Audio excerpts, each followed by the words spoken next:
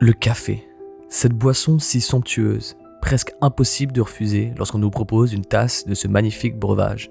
Rien que l'odeur nous fait déjà voyager, un aliment qui est dans les placards de chaque maison. Le café, cette boisson qui nous accompagne quotidiennement, qui nous soulève lors des moments les plus difficiles, qui nous réconforte, qui nous propulse, qui nous réveille, qui nous aide à faire une pause.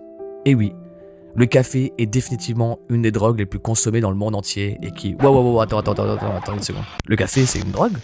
Eh bien, en quelque sorte, oui. Plus exactement, ce qui rend le café une drogue est en fin de compte son composé psychoactif qu'est la caféine.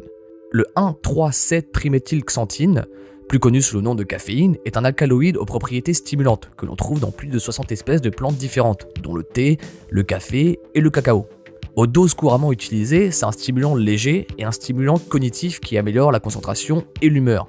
Sous sa forme pure, c'est une poudre blanche inodore au goût légèrement amer. Pour la plupart d'entre nous, être sous l'emprise de la caféine à un degré ou un autre est tout simplement devenu la norme dans la conscience humaine. Environ 80% des humains ingèrent régulièrement de la caféine, ce qui en fait la drogue psychoactive la plus utilisée dans le monde. Peu d'entre nous la considèrent comme une drogue, et encore moins comme une addiction. Et pourtant, la caféine est si répandue qu'il est facile d'oublier qu'être caféiné n'est pas une conscience de base, mais en fait un état altéré. Il se trouve que c'est un état que nous partageons tous, ce qui le rend invisible. On va voir ensemble du coup comment la caféine a changé notre monde et pourquoi on est tous autant accros à la drogue la plus appréciée par tous. C'est parti. L'histoire de la caféine est très riche. Certains anthropologues pensent que la première utilisation de plantes contenant de la caféine pourrait remonter à 600 000 ans avant notre ère. Selon la mythologie chinoise, c'est en 2737 avant Jésus-Christ que l'empereur Shen Nung de Chine découvre le thé alors qu'il était assis sous un théier sauvage avec une tasse d'eau chaude. Une feuille de l'arbre tombe dans son eau, créant ainsi le premier thé. Petit à petit, au cours des siècles, le thé prend le dessus sur l'Asie de l'Ouest et devient un substitut du vin. Les histoires traditionnelles racontent que les moines buvaient du thé pour rester éveillés pendant la pratique de la méditation. De l'autre côté du globe, c'est en l'an 850 que le café est découvert par un éleveur de chèvres éthiopien nommé Kaldi. Ça s'est déroulé un soir où Kaldi remarque que ses chèvres sont pas rentrées. Il part donc à leur recherche et lorsqu'il tombe sur ses chèvres, il les voit danser autour d'un arbuste aux baies rouges. Il décide alors de goûter à ces baies et se met lui aussi à danser. Il va rentrer chez lui et introduire la substance à des moines locaux qui vont ensuite créer une boisson à base de ces baies. Les plants de café sont donc indigènes à la région éthiopienne et sont introduits en Arabie et dans le reste de l'Orient au fil du temps. Les premiers caféiers sont cultivés dans la péninsule arabique et les grains de café sont d'abord bouillis par les Arabes qui en font du kawa, ce qui signifie la boisson qui empêche de dormir. Et c'est en 1475 que le premier café ouvre ses portes à Constantinople. En l'espace d'un siècle, l'Empire ottoman arrive à influencer le reste du monde en propageant leur savoir du café, ce qu'ils appelaient à l'époque le vin islamique. Plus de 600 cafés ouvrent rien qu'à Constantinople, et d'autres villes font de même comme Istanbul, la Mecque et le Caire. Et c'est en 1529 que l'armée turque, qui fuit Vienne après avoir été vaincue, laisse derrière elle des sacs de café. Georges Franz Kolczynski, l'homme responsable de la victoire de Vienne, réclame le café comme récompense et fonde le premier café d'Europe centrale. L'Europe est alors introduite à la caféine, d'abord avec le café, puis avec le thé et le chocolat, qui servaient avant tout comme aliment ou médecine.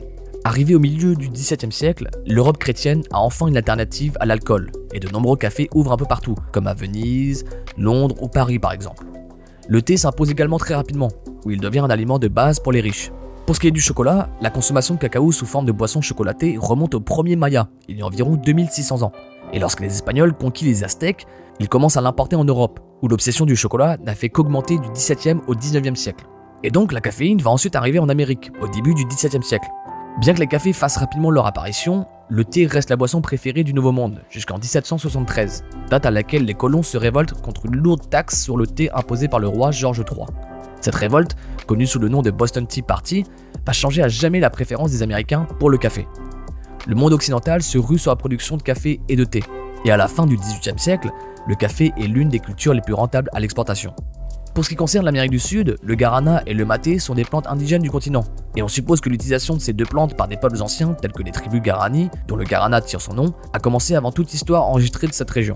Aujourd'hui, les grains de café sont produits dans au moins 70 pays différents, et le café est devenu la deuxième boisson la plus populaire au monde, avec plus de 400 milliards de tasses consommées chaque année. Et la boisson la plus consommée dans le monde est donc le thé, avec environ 6 milliards de tasses par jour. Maintenant qu'on vient de voir l'histoire de la caféine, on va voir rapidement que celle-ci se présente sous différentes formes. La principale source de caféine dans le monde est le grain de café, la graine du caféier, à partir duquel le café est infusé. De nombreux facteurs influencent la teneur en caféine d'une tasse de café, notamment le type de grain, la méthode de torréfaction et le mode de préparation utilisé. Mais en général, une tasse de café de 200 ml contient environ 100 mg de caféine. Pour le thé, celui-ci est produit par l'infusion des feuilles du théier, qui comportent des centaines de variétés. Le degré d'oxydation que subit la feuille cueillie détermine s'il s'agit d'un thé blanc, d'un thé vert, d'un thé au long ou d'un thé noir. Le thé blanc étant le moins oxydé et le thé noir le plus oxydé. Une oxydation plus importante se traduit par des niveaux plus élevés de caféine. Dans le thé noir, on constate que la caféine est de 25 mg par gramme de feuille de thé, tandis que le thé vert, le niveau de caféine est de 15 mg par gramme de feuille. Ensuite, on a le chocolat. Celui-ci est obtenu à partir des graines de la plante de cacao, Theobroma cacao. Ces graines sont transformées en cacao, en chocolat et en beurre de cacao. Ces graines ne contiennent qu'une faible quantité de caféine, d'environ 2,5 mg par gramme. Ensuite, on a le yerba maté, qui est un arbre qui pousse en Amérique du Sud. Ses feuilles sont utilisées pour faire un thé contenant de la caféine avec une teneur en caféine d'environ 20 mg par gramme. Et enfin, on a les boissons à base de guarana, qui sont fabriquées à partir des graines de la plante Paullinia cupana, qui ont été grillées, broyées en une pâte et dissoutes dans de l'eau. Les graines de guarana contiennent de plus grandes quantités de caféine que les grains de café, avec des niveaux signalés allant jusqu'à 80 mg par gramme de graines. Aujourd'hui, la plupart des boissons gazeuses qui contiennent de la caféine ont pour seule source de la caféine purifiée. Certaines boissons sportives ou énergisantes contiennent des taux très élevés de ce stimulant. Le Red Bull par exemple contient environ 100 mg de caféine par portion.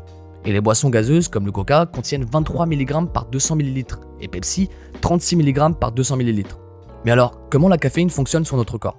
La caféine agit en stimulant le système nerveux central, le cœur, les muscles et les centres qui contrôlent la pression sanguine.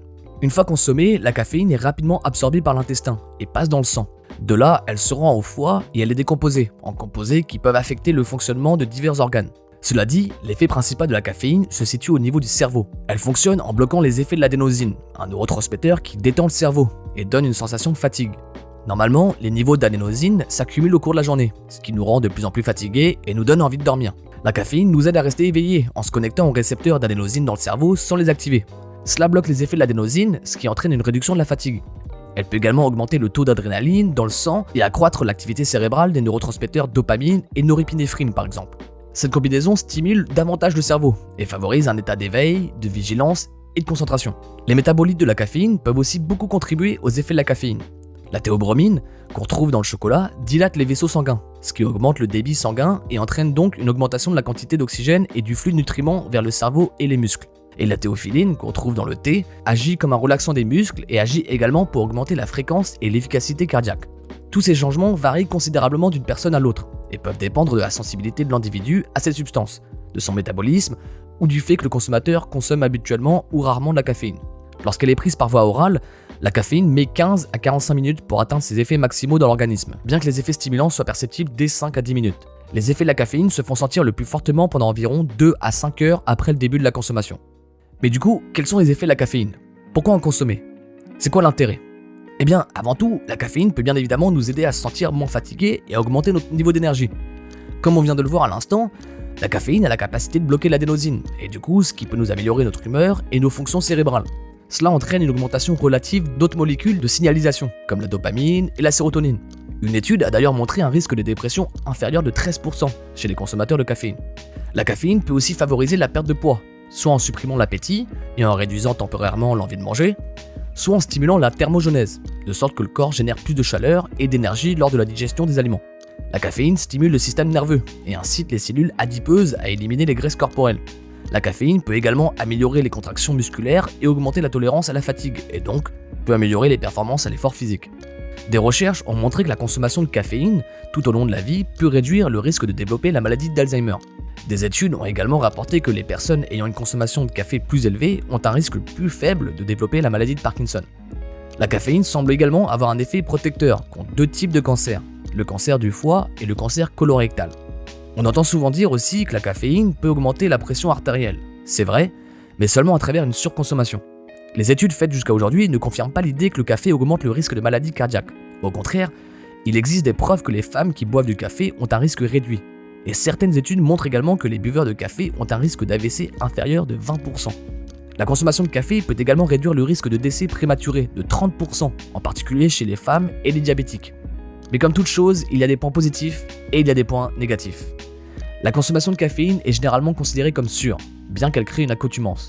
Une tolérance à de nombreux effets de la caféine se développe avec un usage prolongé et répété.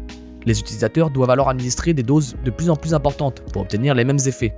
Une fois que la tolérance est développée, il faut environ 3 à 7 jours pour qu'elle soit réduite de moitié, et 1 à 2 semaines pour qu'elle revienne au niveau de base en l'absence de toute nouvelle consommation.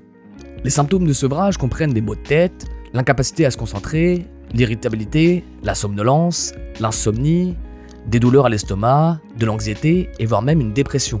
Ces symptômes peuvent apparaître dans les 12 à 24 heures suivant l'arrêt de la consommation de caféine. Puis ces symptômes culminent après environ 48 heures et durent généralement 2 à 9 jours.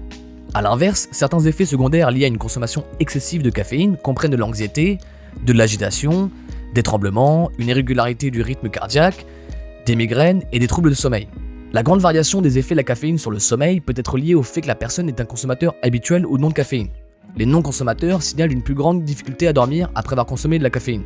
Les gros consommateurs peuvent également éprouver des troubles de sommeil. Par contre, leur tolérance accrue aux effets de la caféine affecte leur perception du sommeil perturbé.